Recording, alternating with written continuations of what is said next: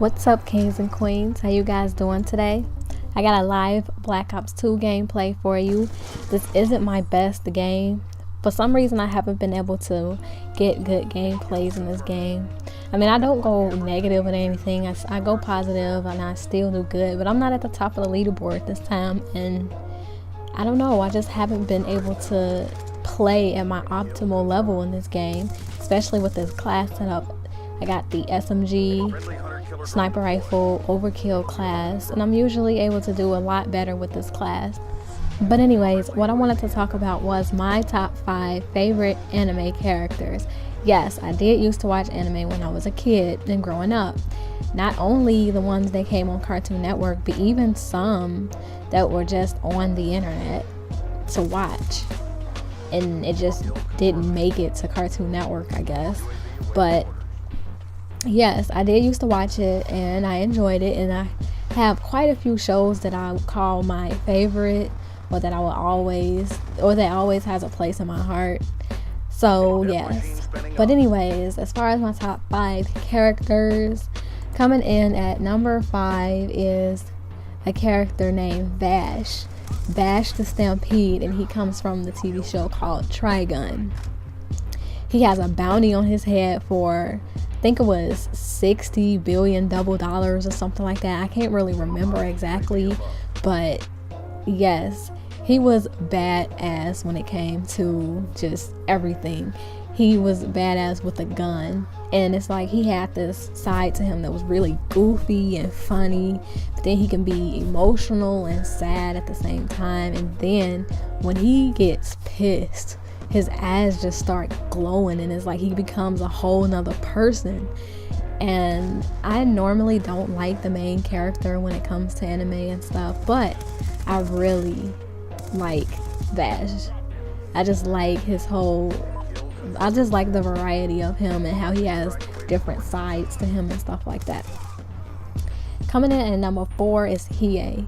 Hiei from Yu Yu Hakusho. Hiei, at first, I didn't like him. I ain't gonna even lie. I could not stand him at first.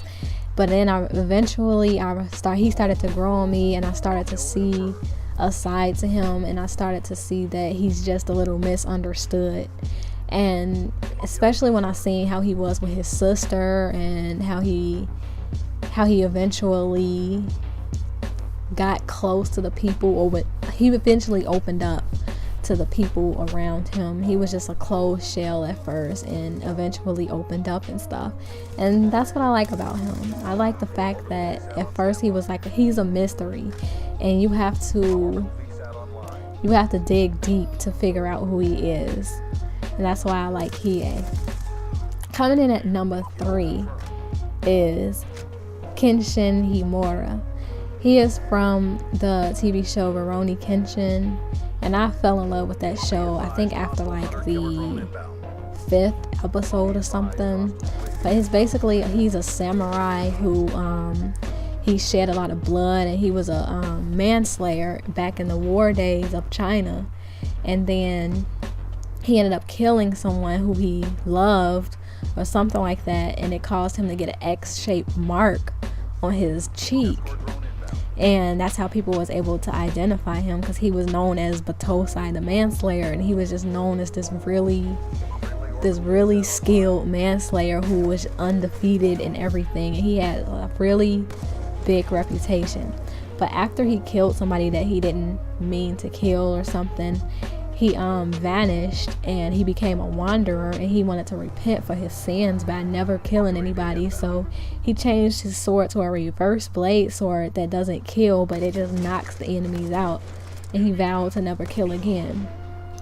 But throughout his course in the TV show, he gets put in situations where sometimes that it seemed like he had to kill somebody, but you know how it goes, he always ends up not doing it and stuff like that. But what makes me like him is the fact that sometimes he switches back, like his mind goes back into the war days, because right now it's peace. This is after the war. He became a wanderer and stuff, and sometimes he goes back to the war, and then he becomes Batosai the Manslayer again, and his eyes get all red, and then his whole voice changes, and it takes like a lot of will and people really close to him to break him free of the spell and prevent him from killing again. So yeah, and throughout the TV show, you can basically look at how his eyes change to tell how close to Batosai the Manslayer he's becoming. And you can tell like every time he fights, his eyes are really big and goofy looking and stuff, but then when he getting ready to fight, suddenly they become like, you would have to see it, suddenly they just become serious. Then when he's actually Batosai the Manslayer, it's red. So I don't know, that show really got to me. I really liked it. Anyways, coming in at number 2 is Sesshomaru. The reason why I like Sesshomaru, he's from Inuyasha, is because once again he has like this mysteriousness to him, and he's misunderstood at first, and then you get to know him, and it's like, man, I was one of those fangirls for Sesshomaru. I really was. And he was just, I don't know what it was about him, but like I said, he had that mysteriousness that he eventually opened up to people, and you got to see another side to him, like, oh, he's not all that mean, he's just misunderstood. Coming in at number 1 is Gohan from Dragon Ball Z. This little dude will always have a place in my heart, especially since the Cell Saga, and I've always liked Gohan. He's one of those people who, he has that talent within him, but he doesn't really know it yet. I don't like what they did to him after the Cell Saga, but the Cell Saga and before, Gohan is my little dude, and he will always have a place in my heart, and he will always be my number 1 favorite character no matter what. Anyways though, that just basically is my top 5 favorite characters, and maybe soon or one day I could do a top 5 favorite anime shows, top 5 favorite movies, top 5 favorite TV shows and stuff like that, top 5 favorite villains, top 5 favorite villains in anime. So yes, if you are interested in knowing more of my top 5s and stuff, just let me know and I'll post more. Anyways, have a nice day guys, and goodbye.